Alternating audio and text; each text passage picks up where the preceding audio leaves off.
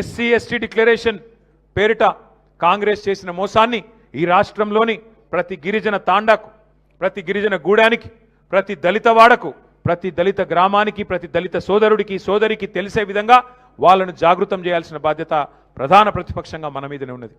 బీసీల గొంతు కోసి 1,00,000 కోట్ల బడ్జెట్ అని చెప్పి మాటలు చెప్పి ఇవాళ 3 బడ్జెట్లు పెట్టినా 3 కలిపితే కూడా 20,000 కోట్లు పెట్టకుండా మరి బీసీలకు మోసం చేసిన ప్రభుత్వం కాంగ్రెస్ ప్రభుత్వం అనే మాటను ప్రతి బీసీ సోదరుడికి సోదరికి వివరించి ఒక్కొక్క గ్రామంలో అవసరమైతే మీటింగ్ పెట్టి చెప్పాల్సిన బాధ్యత మన మీద ఉంది.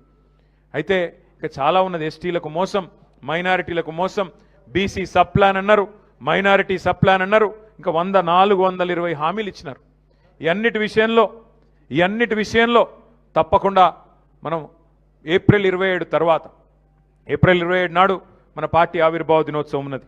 ఏప్రిల్ 20 నాడు మన నాయకుడు కేసీఆర్ గారు జగిత్యాలలో జరిగే బహిరంగ సభకు హాజరు కాబోతా ఉన్నారు. కాబట్టి ఈ 2 కార్యక్రమాలు అయిన తర్వాత మే జూన్ నెలలో నేను పెద్దలు ఈశ్వర్ గారిని, ఆర్ఎస్ ప్రవీణ్ గారిని కోరుతా ఉన్నా, అట్లాగే మా సోదరులందరినీ కోరుతా ఉన్నా, ముందుగా ఎస్సీ ఎస్టీలతోనే ప్రారంభం చేద్దాం ఎక్కడో దగ్గర. అట్లాగే ఆ డిక్లరేషన్లు వీళ్ళు ప్రకటించిన రోజు కూడా మనం తప్పకుండా ప్రజలకు గుర్తు చేయాల్సిన అవసరం ఉంది.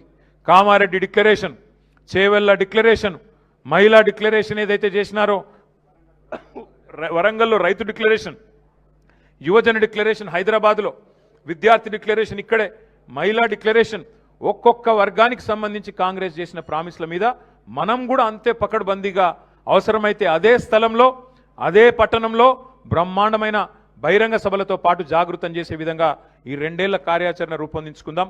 తప్పకుండా నాకైతే విశ్వాసం ఉంది. కేసీఆర్ గారు నిబద్ధతతో 125 ఫీట్ల విగ్రహం మాత్రమే కాదు, డాక్టర్ బాబాసాహెబ్ పేరు మన సెక్రటేరియట్కే పెట్టిండు.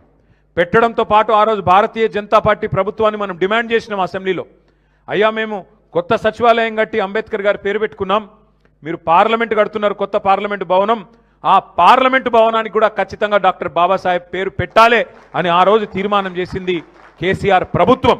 పార్టీగా కాదు, ప్రభుత్వంగానే శాసనసభలో తీర్మానం చేసి పంపినాం. ఇలా నిజంగానే భారతీయ జనతా పార్టీకి కూడా ఈషన్ మాత్రం గౌరవం ఉన్నా వారు స్పందించేటోళ్ళు, నిజంగా కాంగ్రెస్ పార్టీకి అనుమాత్రం గౌరవం ఉన్నా వారు కూడా పార్లమెంట్లో ప్రస్తావించేటోళ్ళు. కానీ ఇద్దరు కూడా దొందే, ఇద్దరు కూడా అల్టిమేట్గా అంబేద్కర్ అంటే గిట్టని వాళ్ళే తప్ప ఈ దేశంలో మాత్రం ఇంకొక ఆలోచన వారిద్దరికి కూడా లేదు. ఇంకొక మాట కూడా మనం ఈ సందర్భంగా గుర్తు చేసుకోవాలి. డాక్టర్ బాబాసాహెబ్ని కొందరివాడుగా చిత్రీకరించే కొంత ప్రయత్నం. ఒకటి మాత్రం పక్కా, మనిషి పుట్టిన 5 నిమిషాలకి పుట్టేది కులం. నువ్వు ఏ కులంలో పుడతావు నీకు తెలియదు. పుట్టిన 5 నిమిషాలకి నువ్వు ఫలానా కులం, ఫలానా మతం, ఫలానా దేశం అని, ఫలానా రాష్ట్రం 5 నిమిషాల తర్వాత ఖరారైతుంది. ఇక వాటి గురించి జీవితం అంతా సచ్చదాకా కొట్లాడుకుండే. నీ కులమేంది, నీ మతమేంది, నీ దేశమేంది, నీ ప్రాంతమేంది, దాని గురించి మళ్ళీ సచ్చదాకా. మనిషి పుట్టినాక 5 నిమిషాలకు పుట్టే కొన్ని విషయాలను పట్టుకొని జీవితాంతం తనలాడే పరిస్థితి. కానీ మనందరం గర్వంగా ఒక మాట మాత్రం చెప్పుకోవాలి.